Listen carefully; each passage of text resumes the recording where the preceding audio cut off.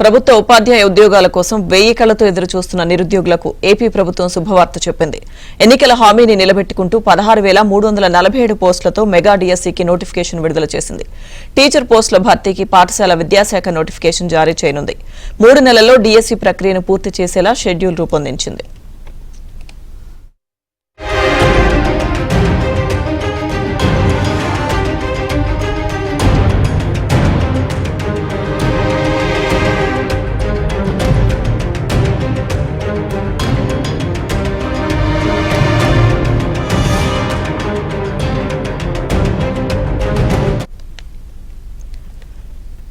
నిరుద్యోగులకు ఏపీ ప్రభుత్వం శుభవార్త చెప్పింది. ఎన్నికల హామీ నిలబెట్టుకుంటూ 16,347 పోస్టులతో మెగా డిఎస్సికి నోటిఫికేషన్ విడుదల చేసింది. పూర్తి సమాచారం మా ప్రతినిధి సత్య అందిస్తారు.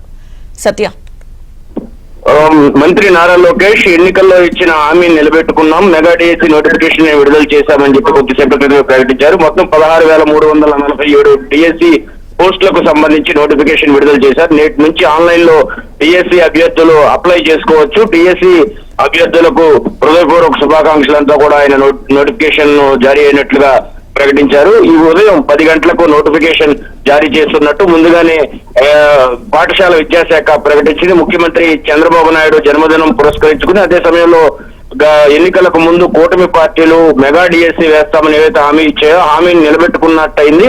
ఒక సంవత్సరం పాటు ఏడాది తిరగకుండానే డిఎస్సి నోటిఫికేషన్ వేయడం, దీనికి ముందు వచ్చినటువంటి అవాంతరాలు ఏవైతే ఉన్నాయో వాటి అన్నింటినీ కూడా రెక్టిఫై చేయడం, ముఖ్యంగా ఎస్సీ వర్గీకరణకు సంబంధించి ఆర్డినెన్స్ ఇచ్చి మరి డిఎస్సి నోటిఫికేషన్ ఇవ్వడం, ప్రభుత్వానికి ఉన్న చిత్తశుద్ధి, ముఖ్యంగా నిరుద్యోగుల పట్ల ప్రభుత్వానికి